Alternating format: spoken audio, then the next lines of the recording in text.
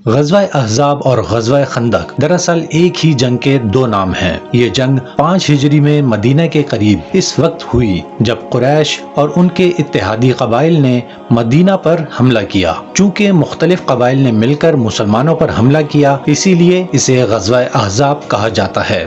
مسلمانوں نے مدینہ کے دفاع کے لیے حضرت سلمان فارسی رضی اللہ تعالیٰ عنہ کے مشورے پر خندق کھودی، جو عرب میں پہلی مرتبہ ہوا، اور یہ خندق مدینہ کے دفاع میں اہم ثابت ہوئی، اسی لیے اسے غزوہ خندق بھی کہا جاتا ہے۔ غزوہ بدر کی ناکامی کے بعد قریش مکہ نے بدلہ لینے کا فیصلہ کیا اور مسلسل جنگ کا موقع ڈھونڈتے رہے۔ دارالندوہ میں اجلاس ہوا جس میں ارد گرد کے قبائل کو ساتھ ملا کر جنگ کی تیاری کی گئی۔ 3000 افراد پر مشتمل لشکر تیار ہوا، جس میں 700 زرہ پوش، 3000 اونٹ، 200 گھوڑے اور 15 خواتین شامل تھیں۔ خواتین کا مقصد جنگی اشعار سے نوجوانوں کو جوش دلانا تھا۔ کچھ اونٹ کھانے اور بربرداری کے لیے تھے، جبکہ کچھ مسلمانوں کے اموال لادنے کے لیے لائے گئے تھے۔ 5 شوال کو قریش مکہ سے روانہ ہوئے۔ حضرت صلی اللہ علیہ وسلم نے 3000 صحابہ کے ساتھ مل کر خندق کھودنے کا آغاز کیا اور خود بھی کام میں حصہ لیا۔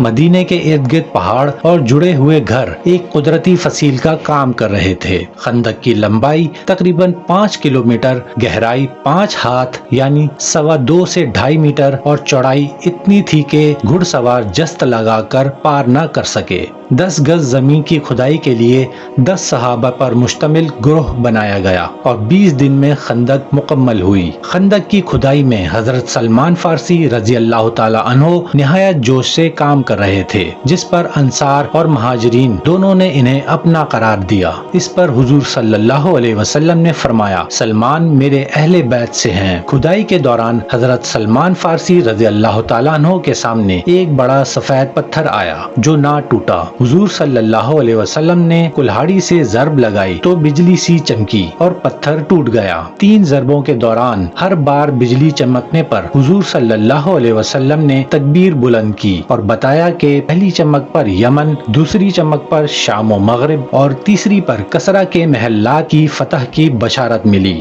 خندق سے نکلنے والی مٹی اور پتھر مدینہ کی جانب جمع ہو کر ایک دیوار کی صورت اختیار کر گئے، جو تیر اندازوں کے لیے آڑ بن گئی۔ صف بندی جبل صلح کے عقب میں کی گئی اور عورتوں اور بچوں کو محفوظ مقام پر بھیج دیا گیا۔ 3 دن بعد دشمن کی فوج مدینے پہنچی، لیکن خندق دیکھ کر رک گئی اور مدینے کا محاصرہ کر لیا، جو تقریباً 1 ماہ تک جاری رہا۔ دشمن فوج کے کئی سپاہی خندق پار کرنے کی کوشش کرتے رہے، جن میں مشہور پہلوان عمرو بن عبدو بھی شامل تھا۔ وہ خندق پھلانگ کر آیا تو حضرت علی رضی اللہ تعالیٰ عنہ نے اسے مقابلے کی دعوت دی۔ عمرو نے پہلے تو انکار کیا، لیکن حضرت علی رضی اللہ تعالیٰ عنہ کے اصرار پر لڑائی ہوئی۔ حضرت علی رضی اللہ تعالیٰ عنہ نے ایک ہی وار میں اسے قتل کر دیا۔ ادھر نعیم غطنفانی نے یہودیوں اور مشرکوں میں پھوٹ ڈال دی، کیونکہ دونوں کو یہ معلوم نہ تھا کہ وہ درپردہ مسلمان ہو چکے ہیں۔ اس سازش کے باعث ان کا اتحاد ٹوٹ گیا۔ اللہ کے رسول صلی اللہ علیہ وسلم نے دن رات دعا کی اور اللہ نے قبول فرما لی۔ ایک رات شدید طوفان اور تیز ہوا نے دشمن کے خیمے اکھاڑ دیے، تنابیں ٹوٹ گئیں اور اونٹ اور گھوڑے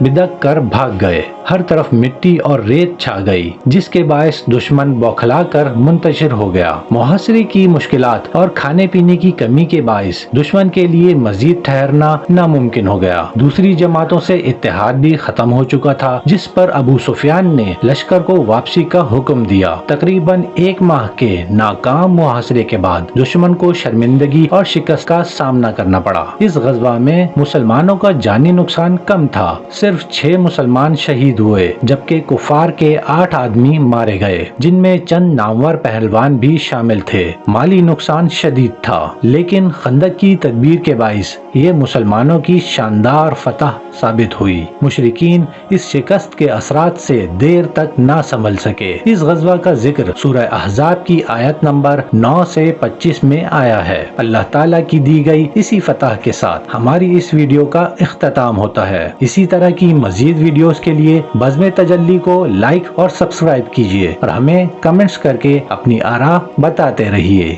مقابلے میں شمولیت کے لیے ابھی بیل آئیکن کو دبائیے، چینل کو لائک اور سبسکرائب کیجیے اور بزم تجلی کی رونق بڑھائیے۔